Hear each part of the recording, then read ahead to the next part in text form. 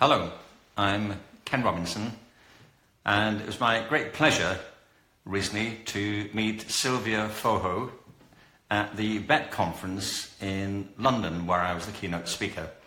By the way, let me apologize immediately if I mispronounce the names of the people I want to acknowledge, including Sylvia. I'm not terribly good at Spanish, although my English is not bad, really, for a native speaker, I imagine.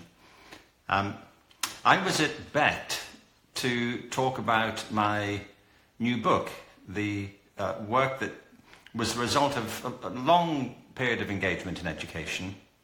It's called Creating Schools, Transforming Education from the Ground Up.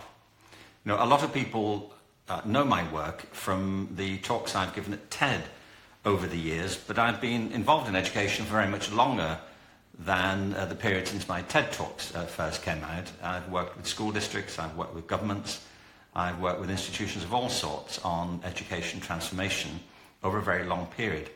And it's been my pleasure to get to know some wonderful schools. And Sylvia was telling me about the work at the Uruguayan American School, so I want to say a special hello to Matthew Beata, I hope I pronounced that properly, the director, and also to Vicky Placeres, and of course to all the staff at UAS and to all the students too, and the parents who support the work that you do. I just want to say a few quick words about the work I've been doing and how I think it may connect to what you're doing there at UAS and in Uruguay more generally. A lot of what I've been doing over a very long period is based on three main ideas.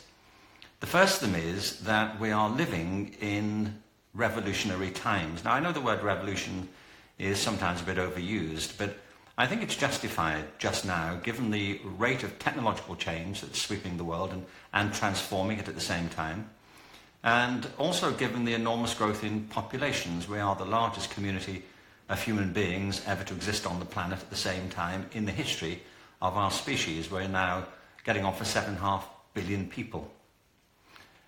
If you combine all of that with the strains on the environment, the impact on our various cultures, the ways in which the economies around us are changing, the political complexities that we all face these days, and the very challenging social issues that all countries have to contend with, education is absolutely in the front line. So that's the first proposition, that we are living in revolutionary times, and that's a big theme in Creative Schools. The second is, if we're to meet this revolution, we have to think differently about ourselves and our talents.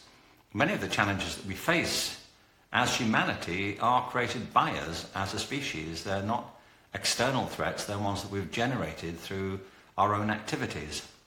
And a big part of this for me is to recognize that what sets us apart from the rest of life on Earth is also, in some ways, what threatens our continuing survival as a species. I don't think that's too big a call.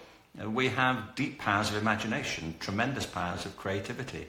And with these powers, we've transformed life on Earth for ourselves and for all other forms of life on Earth in a very short amount of time. And I believe we have to dig more deeply into these resources now if we're not only to flourish, but to solve the many problems that we've also generated.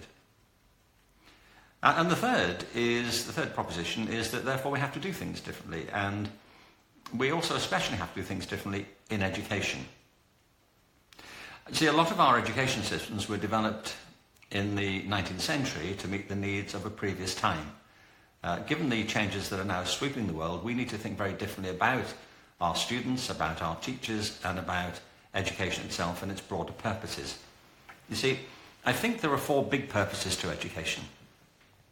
The first of them, and these aren't in order of preference, they're just a convenient way of ordering them so I can comment on them, but they're all connected. The first of them is economic. You know, we live in times where economies are shifting very rapidly. The world is increasingly globalized. We have a world being transformed by the impact of digital technology.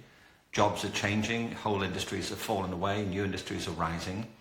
The balance of world trade is shifting. The skills that are needed in business and in industry these days are different in many ways to the ones that were necessary when I was a student and when I was growing up in England in the 1950s and 1960s.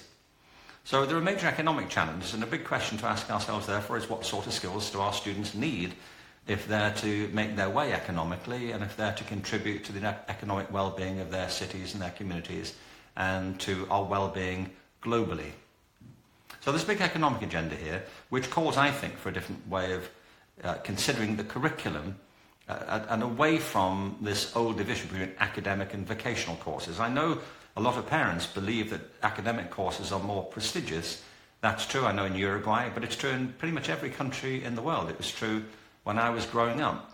There is this belief that academic programs are in themselves more challenging, more taxing, and more important. Well, I think we need to challenge that idea because many of the skills that we need now to survive, to prosper as communities and globally, are not taught in a conventional academic curriculum, and we depend on many more practical and social and cultural skills than those that are purely taught through an academic way of thinking about the curriculum. A second big purpose of education is social. We live in very complicated times, and part of the role of education is to help our students understand the world around them, how it works, how they can function within it, and how they contribute positively to it. These things aren't done just by running occasional classes on civics. They're to do with the culture of the school itself and how we engage students in the day-to-day running of the school and how we engage them in the broader community as they're growing up and being educated. There's a third big role of education, which is cultural, by which I mean education should help us, as I know you aim to do in the Uruguayan American School, to understand our own culture, how our values were formed, how our traditions have shaped the way we think and act now, but not only our own cultures, but the cultures of other people with whom we coexist.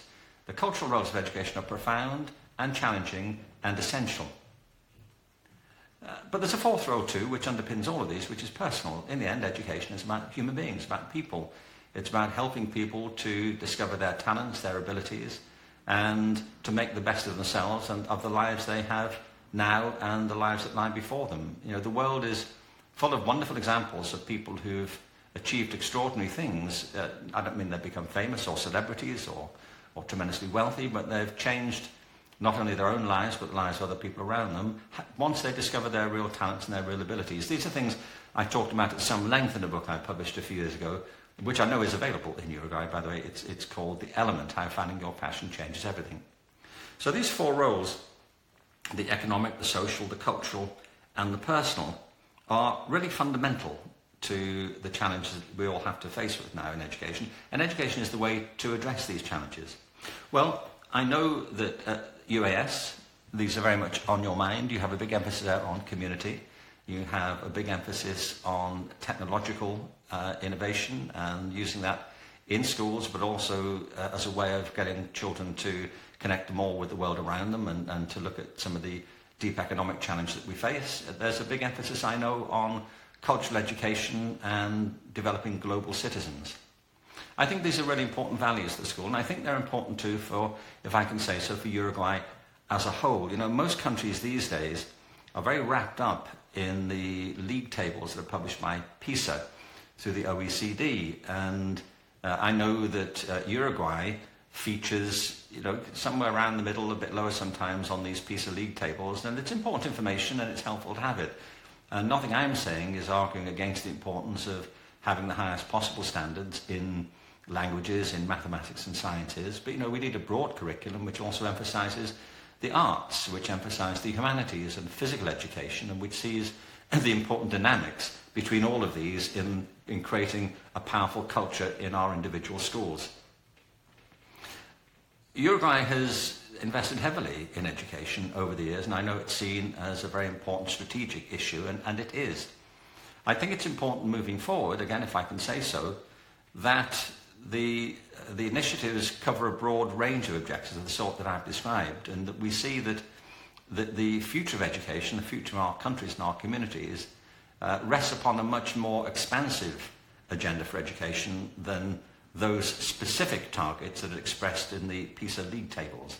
Now, the way to raise standards overall is to raise children's expectations of themselves and their engagement in education and in their communities. And if we get those things right, you know, standards will take care of themselves. We have to get the culture right in schools for things to grow and to flourish properly. So I wanted to, again, give my thanks to Sylvia for making contact contact with me at the BET conference.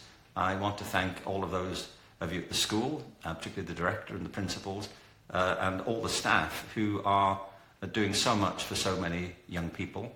And my very best wishes to the future of the school, and also, of course, to the great tasks that lie ahead for education in Uruguay more generally. These are historic challenges, and I think we have an historic mission to reach them. Thank you very much.